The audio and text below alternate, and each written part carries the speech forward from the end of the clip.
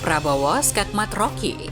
Iya, saya kira itu ya keliru ya menurut saya ya, secara seorang intelektual, seorang akademisi, walaupun punya pandangan yang dia yakini, tapi tidak boleh pakai kata-kata yang seperti itu. Menurut saya masuk kabinet, saya lihat Pak Jokowi dari dekat, saya menterinya beliau, saya melihat keputusan-keputusan beliau, saya lihat pengarahan beliau, semuanya untuk kepentingan bangsa dan rakyat. Ya tapi saya kira beliau, Pak Rocky Gerung, saya kira juga sebagai sebagai akademisi, sebagai ahli filsafat, seharusnya ya tidak seperti itu. Terima kasih teman-teman datang, ini klarifikasi sebetulnya, dan mungkin nanti ada proses berikut tuh. Kalau ternyata hal huru-hara ini atau kegaduhan itu berlanjut, pasti kita mesti pastikan ada sponsor di belakangnya tuh kan itu udah jadi pola itu. Tapi saya tidak mendahului proses hukum, dan saya tahu mungkin dalam 1-2 hari ini akan diproses secara lebih formal. Tapi saya terangkan dulu bahwa saya ingin hentikan kegaduhan ini. Saya minta maaf karena ucapan saya itu menimbulkan kegelisahan, menimbulkan tadi polemik itu, dan polemik itu yang justru menghidupkan gairah saya bahwa negeri ini belum mampu untuk mencerna prinsip-prinsip demokrasi itu. Jadi saya akan terus menjadi pengkritik itu. Saya kira itu, ya. Terima kasih ya. Perspektif kepolisian sudah jelas bahwa kasus penghinaan adalah delik aduan. Kalau Jokowi merasa terhina, ia harus melaporkan sendiri penghinaan itu ke kantor polisi.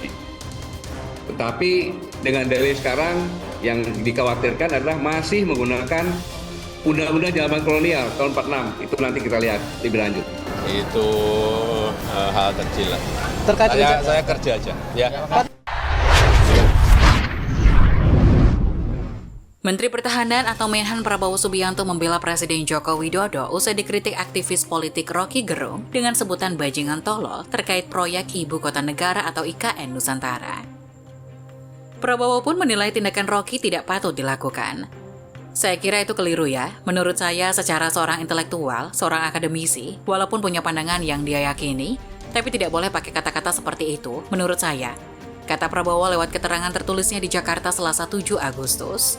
Rocky Gerung, saya kira juga sebagai akademisi ahli filsafat, seharusnya tidak seperti itu. Saya kira itu gegabah, kata Ketua Umum DPP Partai Gerindra itu menambahkan. Prabowo menuturkan selama menjadi menteri, ia telah menjadi saksi bagaimana Presiden Jokowi bekerja. Dia menilai selama ini Presiden Jokowi selalu bekerja demi kepentingan rakyat Indonesia. Saya masuk kabinet, saya lihat Pak Jokowi dari dekat, saya menterinya beliau. Saya melihat keputusan-keputusan beliau. Saya lihat pengarahan-pengarahan beliau, semuanya untuk kepentingan bangsa dan rakyat, kata calon presiden dari Partai Gerindra itu. Wakil Ketua Umum Partai Gerindra Habibur Rahman menyesalkan diksi bajingan tolol yang digunakan akademisi Rocky Gerung saat berpidato mengkritik Presiden Joko Widodo di hadapan sejumlah buruh Kota Bekasi beberapa waktu lalu.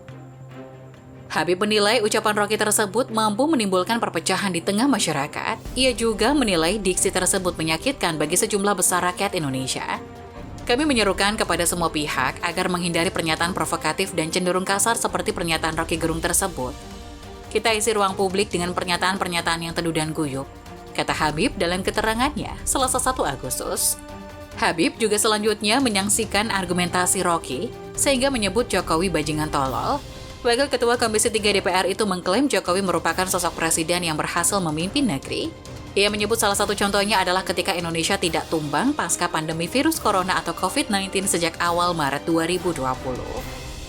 Faktanya Jokowi adalah salah satu presiden terbaik yang pernah memimpin negeri ini. Dengan kepiawaiannya, kita bisa survive dan bangkit kembali setelah dihantam badai pandemi, ujarnya. Perkara yang menghebohkan itu bermula ketika Rocky menyampaikan orasi dalam pertemuan aliansi buruh di Bekasi beberapa hari lalu. Potongan video orasinya tersebar di media sosial, yang isinya mengkritik keras kebijakan Presiden Jokowi membangun mega proyek IKN. Begitu Jokowi kehilangan kekuasaan, dia jadi rakyat biasa, nggak ada yang peduli nanti. Tapi ambisi Jokowi adalah pertahankan legasi. Dia masih ke Cina nawarin IKN, masih mondar-mandir dari koalisi ke koalisi lain cari kejelasan nasibnya, ujar Rocky dalam video tersebut. Dia pikirin nasibnya sendiri, dia nggak pikirin kita, itu bajingan yang tolol. Kalau dia bajingan pintar, dia mau terima berdebat dengan Jumaro Hidayat. Tapi bajingan tolol sekaligus pengecut, bajingan tapi pengecut, kata Rocky melanjutkan. Presiden Jokowi menyatakan tak ambil pusing dengan perkataan kasar Rocky tersebut. Presiden mengatakan pernyataan tersebut baginya hanyalah hal-hal kecil. Jokowi menyebut dirinya hanya ingin fokus menjalankan tugas sebagai presiden. Kendati begitu, relawan dan pendukung Jokowi marah. Bahkan sejumlah relawan Jokowi dan kelompok masyarakat di sejumlah daerah melaporkan Rocky ke polisi atas dugaan penghinaan terhadap kepala negara dan dugaan menyampaikan ujaran kebencian. Pelaporan tersebut kini masih diproses oleh Polri. Setelah ketegangan muncul, Rocky pada Jumat 4 Agustus menyampaikan permohonan maaf, tapi bukan kepada Jokowi. Ia minta maaf karena pernyataannya itu menimbulkan perselisihan di tengah masyarakat. Saya minta maaf, keadaan saat ini membuat terjadi perselisihan tanpa arah. Saya menyesalkan bahwa persoalan hukum ini, kritik saya kepada Jokowi. Kan Pak Jokowi mengerti yang saya sampaikan, kata Rocky kepada wartawan. Ya, kita paham lah kalau itu kan delik aduan bahwa yang merasa dirugikan nama baiknya tentu harus itu yang melaporkan. Tapi dari semua narasi percakapan yang sudah kita temukan bahwa Rocky Gerung ada menyatakan fitnah di situ, ada berita bohongnya di situ. Jadi melihat kasus Pak Rocky Gerung itu adalah suatu bentuk kasus terhadap penghinaan sebagai subjek presiden dan sebagai subjek Pak Jokowi. Di dalam ketentuan perundang-undangan, ketika sebagai subjek Pak Jokowi merupakan delik aduan, di mana kalau delik aduan itu yang mengadu. Oleh karena itu kalau Pak Jokowi senyum-senyum tidak mengadu, hukum tidak akan berjalan. Yang paling membuat situasi sekarang ini adalah bahwa fitrah manusia itu makhluk terbaik ciptaan Tuhan. Makhluk itu akan senang mendengarkan diksi atau perkataan yang baik. Sebaliknya tidak akan senang dengan perkataan yang buruk. Pandangan etis di atas tidak selalu sejalan dengan pandangan hukum.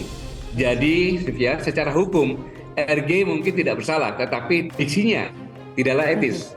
Masalah itu sebenarnya masalah remeh, hanya soal diksi.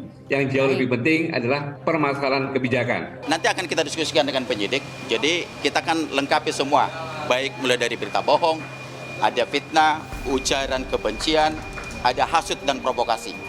Ya, gitu ya teman-teman. Enggak, ini enggak ada perintah. Ya. Ini memang tugas kita dari tim hukum, ya. Ketika kepada presiden, itu kritik yang membangun, kritik. Tapi pertanyaannya, kita juga harus melihat sebagai bangsa yang timur, kritiknya itu kritik yang santun atau tidak, kritik yang menimbulkan kegaduhan atau tidak, kritik yang berdasarkan suatu metodologi atau tidak, kritik yang berdasarkan suatu sebagai bentuk kajian atau tidak. Ini yang juga dipahami. Oleh karena itu, dalam hal seperti ini bisa beda pendapat dan bisa menimbulkan gaduh. Saya coba masuk dengan berbagai perspektif. Perspektif Rocky Gerung, pernyataannya adalah untuk lembaga bukan pribadi. Martabat adalah kualitas yang melekat pada pribadi, bukan lembaga. Ungkapan ditujukan kepada lembaga kepresidenan. Berkaitan dengan kebijakan presiden yang menurut pendapatnya sangat merugikan negara. Akan saya jelaskan lagi kerugian negara bagaimana.